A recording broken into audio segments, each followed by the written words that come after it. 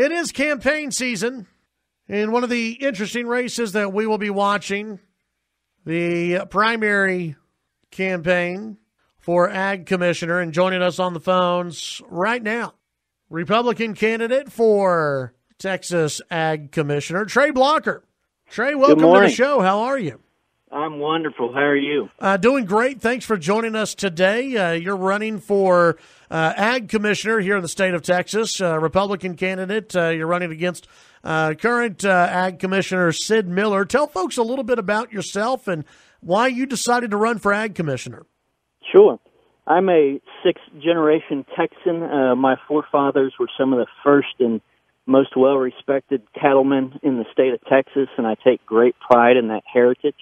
And I think agriculture in rural Texas are the heart and soul of this state and need to be promoted and protected and preserved. And the reason I'm running is because I want to restore some honesty and integrity and fiscal responsibility to the Department of Agriculture, which I think has been lacking over the past 3 years under the current commissioner. How so?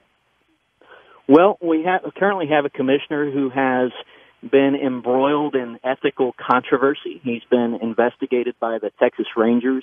He's had numerous complaints filed against him with the Texas Ethics Commission.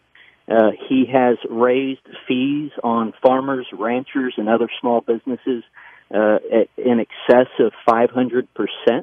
And he has grown the government bureaucracy at the Department of Agriculture, and that's not what good conservative Republicans should be doing. Tell folks what kind of changes I guess you would bring to that office if elected. Sure. Well, first of all, I think the Department of Agriculture has lost sight of its core mission of promoting agriculture and rural Texas. They're currently too focused on monitoring scales at Starbucks and weighing lottery balls and harassing barbecue restaurants instead of being focused on the business at hand. So one of my main objectives would be to streamline the agency and get rid of some of those unnecessary programs that have nothing to do with agriculture.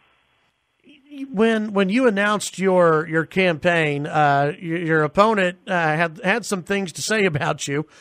He's not shy on social media, and you may have a problem with some of the things that he said on social media. But I want to ask you about something that he said. He had said that you donated to the Democratic Party, and this seems to be lining up as a battle of who's going to be the most conservative in this race. And I want you to talk about that from what he said, that you donated to the Democratic Party. Sure. So I'm an ethics attorney, and I've been one for my entire career. So I have advised politicians on how to be ethical. I am also the host of a conservative podcast called The Trey Blocker Show.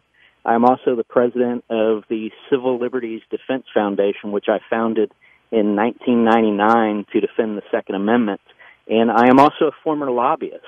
So over my career, I have represented various interests, including some major agriculture interests, at the state capitol. And as part of that business, I have given contributions to Republicans and Democrats, and I've given contributions, probably 80% of those contributions have been to Republicans, but as part of that business, I have given to Democrats. It's as President Trump has said, it's part of doing business. But you personally, conservative? Absolutely, and I have the record to show it. Like I said, while I was in my third year of law school, I founded the Civil Liberties Defense Foundation with Jerry Patterson, who authored the concealed handgun law in Texas, and with Susanna Hupp, who was then a state legislator and is considered to be the mother of the Texas concealed handgun law. And we sued 31 cities across the country who were attempting to put gun manufacturers out of business. Today, the Civil Liberties Defense Foundation is suing sanctuary cities. I find it appalling that we have cities in the state of Texas who think they don't have to cooperate with federal authorities when it comes to the detention and deportation of violent, illegal aliens. And so the legislature, as you know, came in this past session, passed a bill saying you have to abide by federal law. And instead of complying, they decided to sue the state of Texas. So, in turn, the Civil Liberties Defense Foundation is suing sanctuary cities so that we can restore law and order to the cities in the state of Texas. You lobbied for Monsanto, correct? That's correct. Okay. How would that influence you as ag commissioners as ag commissioner if you were to win this campaign? You know, Monsanto currently has a major seed facility up in the Lubbock area, and Monsanto, in my view, is a great company that is feeding the world. They benefit farmers and ranchers by providing seed that is pest-resistant, drought-resistant, and increases yield by 2 to 3%. So I think they're a great company. I think a lot of those companies that are improving the lives and the bottom line of farmers are good companies. So, you know, I wouldn't be biased in any way towards them or against them. Obviously, ag is a big industry out here in West Texas, in the Lubbock area. Speak to those ag producers right now when they are looking at ag commissioner, when they're looking at this race. What can you do for the Texas ag community? What will you bring to the office? As I mentioned, I've spent my entire career representing agriculture interests. I, at one point, lobbied for the Texas and Southwestern Cattle Raisers Association. I have very strong, deep relationships with many of all of the agriculture organizations in the state. And so one of the things that I do want to do is restore the Agriculture Policy Board. Texas Agriculture Code requires that there be a board of policy advisors that includes industry representatives to advise the agriculture policy of the state. And under this commissioner, that board is non-existent. And so I want to work with industry to help improve their lives and make their businesses better. Now, like I said, the focus needs to be on agriculture. They've spent too much time focused on things that have nothing to do with agriculture. We're visiting with Trey Blocker, Republican candidate in the Republican primary for Texas Ag Commissioner. You were quoted in the Texas Tribune just a few days ago discussing, obviously, your race, but also taking issue with your opponent's views on immigration. Sure. Go into that a little bit more. What exactly are you critical of? Two things, primarily.